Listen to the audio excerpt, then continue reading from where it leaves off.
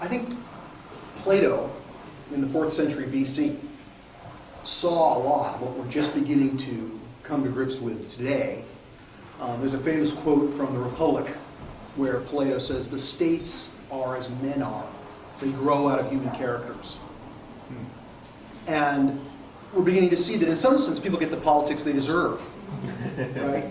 And so our politics are screwed up. Guess what? That's a mirror of our own being, somewhat in a state of transition, as you mentioned.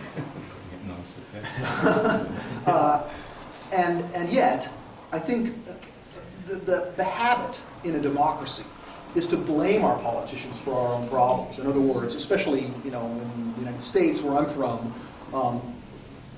many progressive people I know are very disappointed with Barack Obama because they place so much hope in his presidency and his leadership.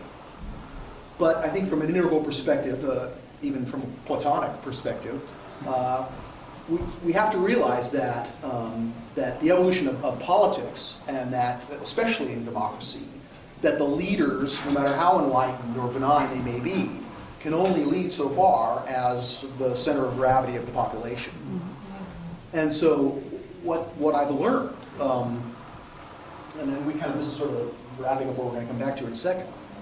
What I've learned is that that for people who have an evolutionary worldview, people who can see the evolution of consciousness as an underlying factor in the state of the world, that all politics, and at least in our time in history, is really about the evolution of consciousness.